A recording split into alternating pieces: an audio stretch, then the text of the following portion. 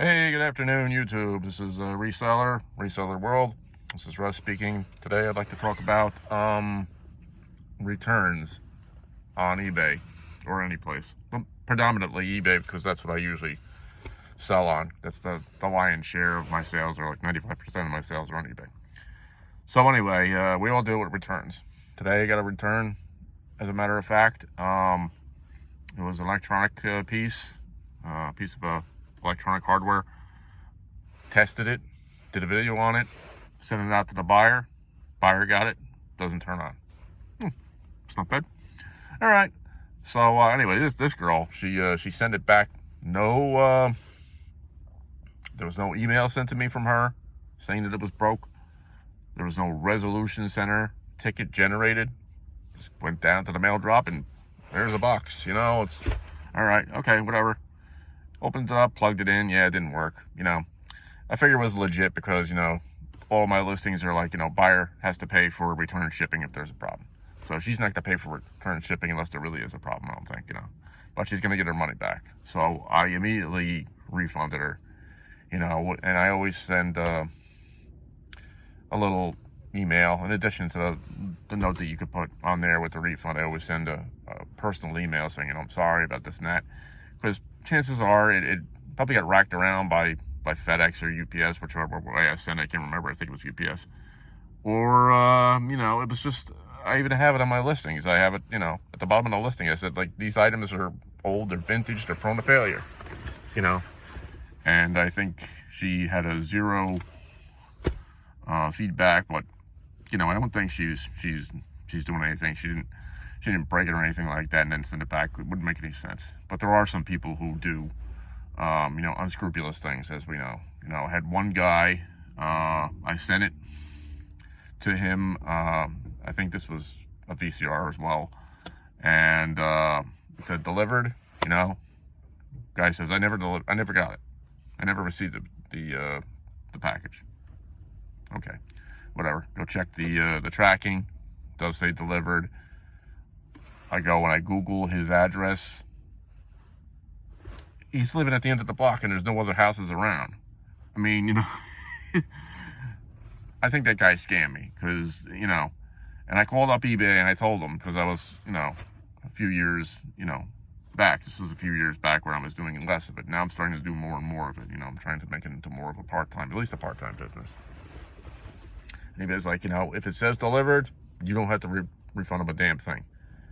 You could just, but at the time I was a little bit nervous. I gave him the benefit of the doubt and I refunded him. But I think that guy scammed me, because you look at where he lives and it was a bad section of town. I think it was like Philadelphia too or something like that. It was a bad section of town. So I think something was up there.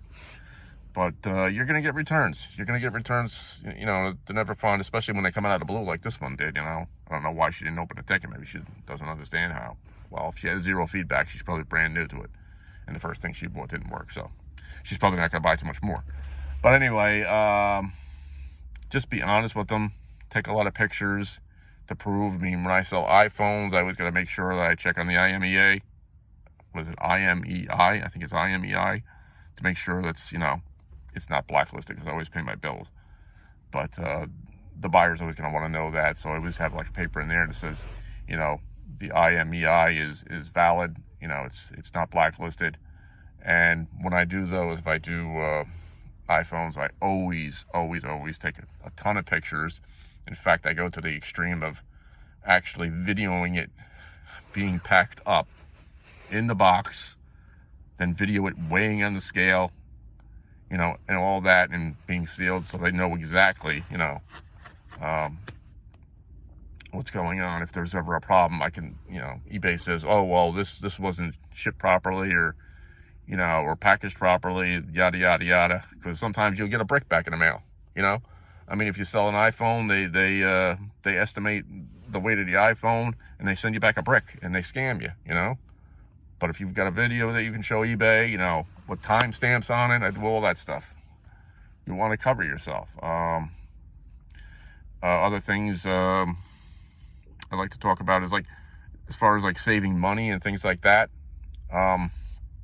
Pirateship is great. I mean, I love Pirateship because, you know, the rates are going up, you know, and you always have to, like, you know, inch up your own price to cover other things, because when the rates go up, you have to raise your price, obviously.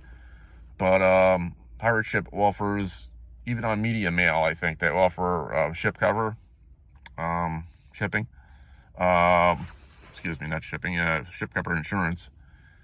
And it's like 75 cents, I think. So even with CDs sometimes, because I've had USPS lose several items on me. Not a lot, maybe like two or three of them I think they lost. One was a first class, which is not insured, and two were media mail, which by default is not insured. So I just bump up my price about, 75 cents for, to cover the insurance on a media mail. So if it's like $10 or more, I'll put it on there. If it's like $7 or below, maybe sometimes I'll take the chance and I won't, I'll just assume that it's going to get there, because media mail, it's back at a bus shipping, it'll get there when it gets there. And a lot of times they don't do scans, and then bang, like, one day, like, it just shows up, out of the blue. I looked at this one I was tracking. It didn't track anything in New Jersey at all. No scans, no nothing, until it got to closer to where it was going. Definitely look at a Pirateship if you're not already doing it. One time I had one save me maybe like $10 or even $15, I think, just by putting the damn thing into a bag. Because on Pirateship, you can choose, like, a box or a box and bag. And I've had numerous times where, like, it was like some price that was like not even really hardly even worth selling the damn thing. When I put it into a bag, and all of a sudden it drops it, cuts the price in half just by putting it into a poly bag. So definitely check out Pirateship. Don't get disturbed if you get some refunds every once in a while. That's going to happen a lot, especially on clothes. People are very picky on clothes. They do the remorse buys. They say this smells, or I don't like this, or whatever. That's going to happen. That's a big reason why I don't sell a huge amount of clothes. There's risk in selling electronics, because I always kind of, bless myself, or bless the product when it goes out the door, and kind of hope that it gets there and it's, the buyer is satisfied. But these things are going to happen. It's part of the business, so just protect yourself. Always be professional. Always, if they've got a problem, they're going to be mad, I guess, just appease them, whatever it is, because you don't want really bad feedback. Some people do it out of spite. eBay kind of discourages that. You can't, like, threaten to give a person bad feedback just to, have a vengeance thing, But that's about it. So thank you very much again for listening, and have a great day. See you soon.